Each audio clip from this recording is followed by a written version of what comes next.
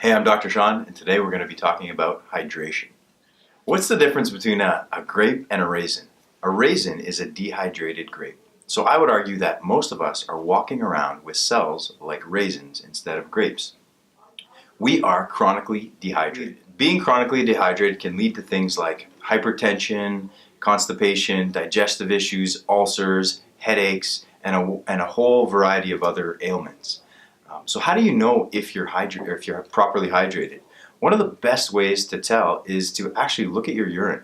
Your urine should be clear at all times. The other way is take a look at your body. Your body is always giving you classic signs whether it's hydrated or not.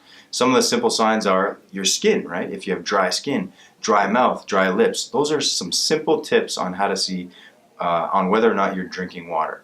Now, what's the appropriate quantity of water? Because there's two things that are important, quantity and quality. So today we're going to talk about quantity. How do you know if you're drinking enough water? One of the easiest ways to come up with the high end of hydration or water intake is per 50 pounds of body weight, you need to aim for 1 liter of water. So if you're 150 pounds, that's approximately 3 liters of water that you should aim for on the high end.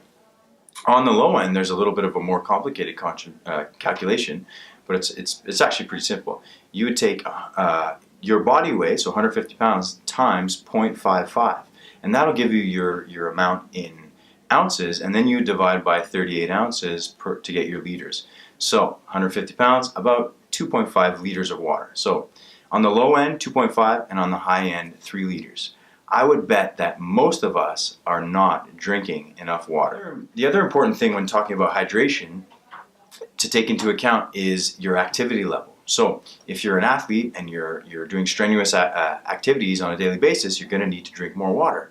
If you drink certain fluids such as coffee or alcohol, coffee has caffeine and alcohol, you're going to need to drink more water. I think just to get the scales back to zero, if you have one cup of coffee, you need at least 1 glass of water to get back to zero. And then on top of that, you need to aim for your 2.5 to 3 liters of water.